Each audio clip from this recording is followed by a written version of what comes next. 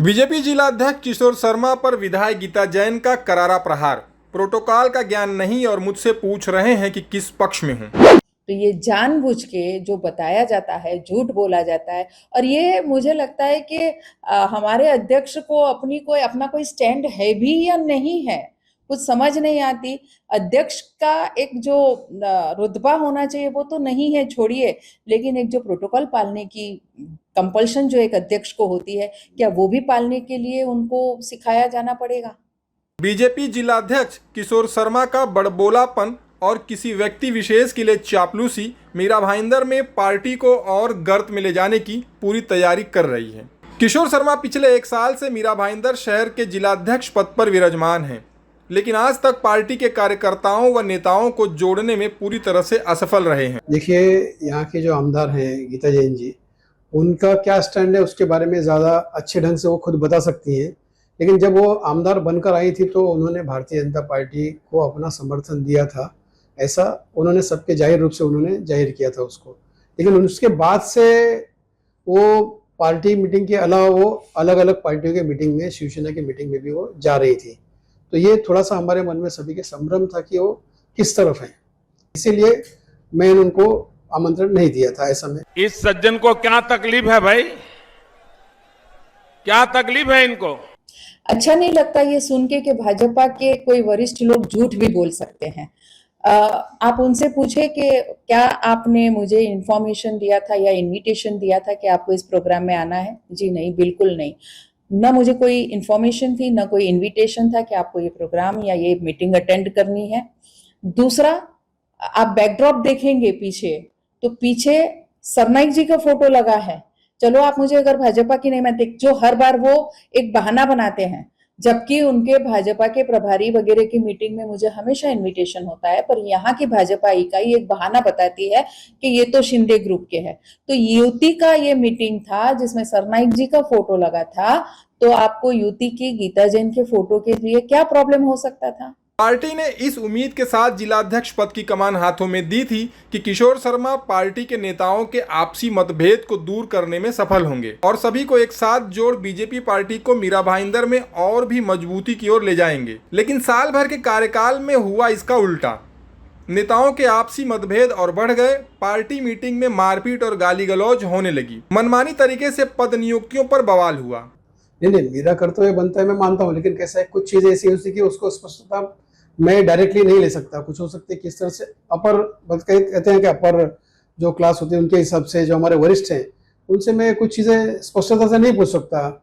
एक बार मैं जो बोल रहा हूँ ना, वो शांति से पूरा सुन लीजिए, बिना बीच में बोले। उनके कुछ कार्यकर्ता भी हमारे पास में नहीं है। कोई कार्यकर्ता तो उनके हमारे साथ में अगर चलिए वो नहीं है तो उनके कुछ कार्यकर्ता हमारे साथ में आने चाहिए। वो भी उनके कोई कार्यकर्ता भी हमारे साथ में नहीं, उन्होंने जोड़ के रखी है, तो स्थिति अस्पष्ट ही है। और युति में कहीं कुछ ऐसा नहीं होता कि ये शिंदे जी की है, ये इसकी है, ये उसका है। युति धर्म ये होता है कि जब जब ऐसी कोई चीज आती है जो साथ में सभी को मिलकर करना है, उसको साथ में ही करना होता है। तो मुझे शायद इनकी परिपक्वता पे कभी हंसी आती है कि इनको सभी को मालूम है कि संविधान में जब एक अपक्ष चुन के आता है तो वो 5 साल तक अपक्ष ही रहता है। अपक्ष हूं और संविधान के तहत मैं 5 साल मुझे अपक्ष ही रहना पड़ेगा। मैं किसी पक्ष को ज्वाइन नहीं कर सकती, मैं समर्थन दे सकती हूँ, और उसी के तहत मैंने युति को समर्थन दिया है।